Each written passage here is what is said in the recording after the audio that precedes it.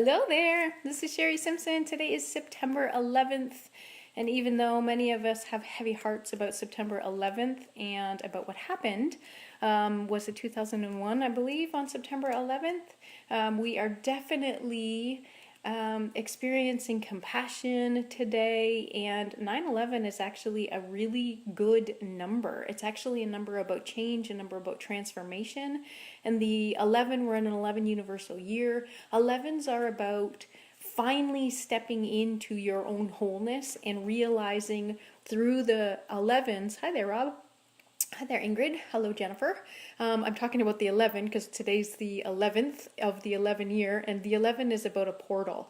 And the 11 is really about you stepping into wholeness, about who you are, and it's about you actually connecting your human self and your spiritual self together. And instead of being stuck in fear and stuck in resistance, you're actually moving in and through those pillars to allow more guidance and more ease and more joy and more abundance and limitlessness to come to you, and not being afraid of all of the things that have been preventing you from doing that. So it's actually a big shift day. Yesterday was kind of a wonky day energy wise, and people were feeling kind of unsettled. And now after the new moon that happened on the 9th, we're actually experiencing more of a forward momentum and more of a flow. So you're going to feel more abundance and more expansion this month than you have probably towards the third week a little bit more and into the fourth, but it's finally shifting. This year is finally shifting. So let's get to your cards. If you chose the number 1 card, the card I have for you today is Accelerated Motion. And this is partly about what I was just talking about. The 8 in this card is about abundance. It's about personal power, empowerment, you stepping into your own power, you walking through those pillars of the 11, knowing that you are a spiritual being as well as a human being, and knowing how to connect those things. And we also have a tendency to think that the world is limited. The only thing that we're truly limited by is time, because in this third dimensional reality we're living in linear time, and that's the only thing that actually limits us. We have a tendency to believe that we're not allowed to love more, we're not allowed to have more, we're not allowed to receive more, and that's just a fear or a mental block, or you creating your own resistance.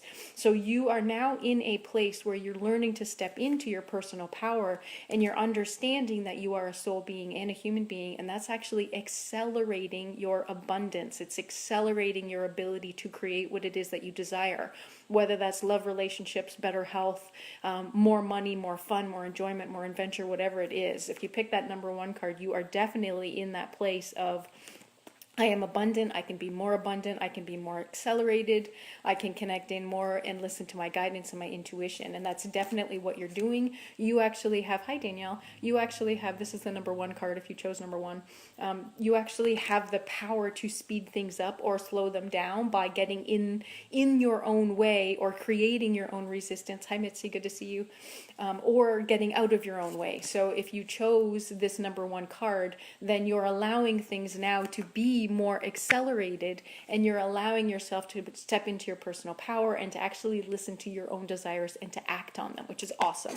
The number 2 card, if you picked number 2, is about love begins. And for me, this doesn't necessarily mean relationships, though it definitely is connected. For me, I totally truly believe, and this is what I'm teaching this month in the Love and Money Healing Program, is that the more you love and honor yourself, the more you are allowing, and this is a 1, it's about you stepping into your abundance, you stepping into your independence, you stepping into taking care of yourself and loving, honoring yourself more.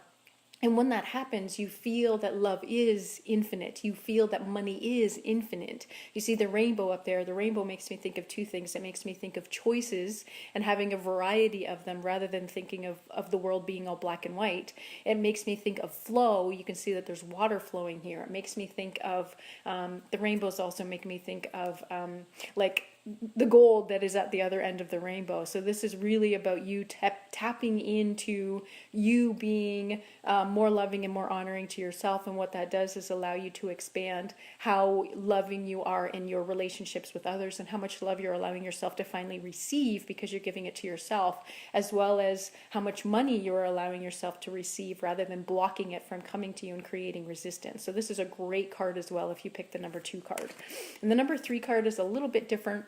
The number 3 card is about mental conflict. And if you take a look at this fella in this card, it's as though he has this angry inner self inside of him, this mean soccer coach, I usually call it, where he's actually creating his own conflict by mentally beating himself up like a mean soccer coach would. And this could also mean that he is in conflict with the things that people around him are really wanting for him or her. And this is usually more of a masculine side, though it doesn't necessarily mean that. So if you're having mental conflict, then other people could be telling you what they think you should do, or you could be asking the whole world around you about what should I do, what should I do, what should I do, what should I do? And what that does is create conflict, because usually people are telling you what they would do and not what you should do from your own perspective, because you're the only one who knows that. So until you actually step into a place where you're your own cheerleader, then you actually are creating mental conflict, because you want to make everyone else happy. Hi, Tatum. You want to make everyone else happy, but you're not. This is card number 3 if you pick number 3. So you want to step into a place of understanding and appreciating other people's opinions, but you really want to act on what is your truth. You really want to get your higher self and your human self into alignment so that you're not creating this mental conflict. Usually mental conflict is about you creating resistance, and resistance is about your higher self and your human self actually having an argument and not being in agreement with what's for your highest and greatest good. Your ego is stepping into a place of, no, the last time we did this, this happened, so I'm not letting you do this. So it creates resistance in order to stop you from doing things. And from a logical, like lizard brain perspective, that's really what you want. You want someone to protect you. But your ego self that's protecting you is protecting you from the lions and the tigers and the bears and all of the things that we've grown away from in this century that we needed when we were actually born into bodies a long time ago. So the mental conflict is actually patterns and things that we've held from our ancestors, from our past lives, and from this life, from things that have happened. Hi, Sean. And so this is card number 3 if you chose number 3. So what if you did choose the number 3 card, what I'd love for you to do is tap into you being your own cheerleader rather than you being your own mean soccer coach. So I want you to get into alignment of what is for your highest and greatest good, and not listening to what all of the voices in your head or the voices around you are telling you to do. Really tap into, I can create my own reality. I can have the relationships I desire. I can tap into my own creativity. Hi, Sean. It's good to see you too. And so this was your number 3 card. So really try to be your own cheerleader. So I'm going to go through those again in case you just popped on. The number 1 card, if you chose that, was accelerated motion. And it's number 8, which is about abundance, tapping into your own personal power. Hi, Melissa. Tapping into your ability to create your reality, and for you to be able to tap into how fast that happens. A lot of times we can have one foot on the brake and one foot on the gas, and we're not actually allowing ourselves to get anywhere. So we have fears, but we have goals, and then we're stopping ourselves and we're keeping ourselves from moving, and then we're going really forward, and then we're getting to a point where we're like, oh no, that's scary. And so you have the power to accelerate how fast things are going by releasing resistance and staying out of resistance and staying in your own personal power and in your own confidence. So if that was the number 1, then that's your gift today, is to step into your own power and allow yourself to create things and move things along at the speed you desire. The number 2 card, if you chose it, was about love begins. And this doesn't necessarily mean that you're getting into a new love relationship or anything like that. What it means to me is that you're actually tapping into how you love and honor yourself, and expanding how you love and honor yourself to create more abundance in health, wealth, and in relationships. You're allowing more flow by lessening your resistance. And the number 3 card was about you tapping into mental conflict and how you're actually keeping yourself stuck, how you are listening to the angry mean soccer coach inside of your head when you should be listening to the cheerleader within you that is going to bring you forward into more of the things that you desire. The number 2 is about your sacral chakra. It's about your creativity, how you function in your closest relationships, and how you manifest things into the real world.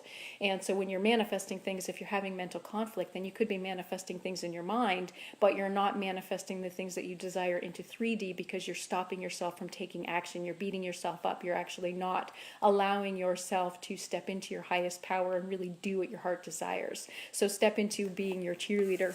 So those are the cards that I have for you today for this week. And we do have the Love and Money program going on right now. Today's the last day to join, so message me if you're interested in that. I do one-a-day card readings for people for a 15-day period, so you can ask 15 different questions, and every day I'll give you a card that is associated with the answer. And I'm also doing past life consultations, so I tap into people's Akashic records, and I tap into who you are at soul level. And then I bring things up for you based on what you want to learn from your past lives or from your ancestors, because usually 2 and 2 come up more frequently than like 4 past lives or 4 ancestry, but it just depends on your question and what's being revealed. So what happens is a lot of times we get to places in this life where we're sort of stuck and we don't know why. And what happens when that happens is that we have some old karma. We have like vows of things like poverty and vows of suffering that we created like lifetimes and lifetimes ago that we're still feeling in some way, and that's not allowing us to move forward. So if you had a vow of poverty, then in this lifetime you're not allowing yourself to create more abundance, or you're actually keeping more weight on your body because hi Deborah, because you're not allowing yourself to release weight, because that actually feels too poverty-ish to you, and so there's still a connection to a past life. And sometimes things that have happened through our ancestors we've carried forward in our DNA, so we're actually bringing forward things that aren't really ours and aren't really serving us. So through an Akashic Record reading or a past life consultation, I can help you release those things on an energetic level, and then you can tap into how to release those in a physical level by taking new actions that are more in alignment with your desires. So that's how I help people. That's how I inspire you. And I'm hoping that this has inspired you as well. If you have any comments or questions, let me know. I will chat with you soon. Namaste.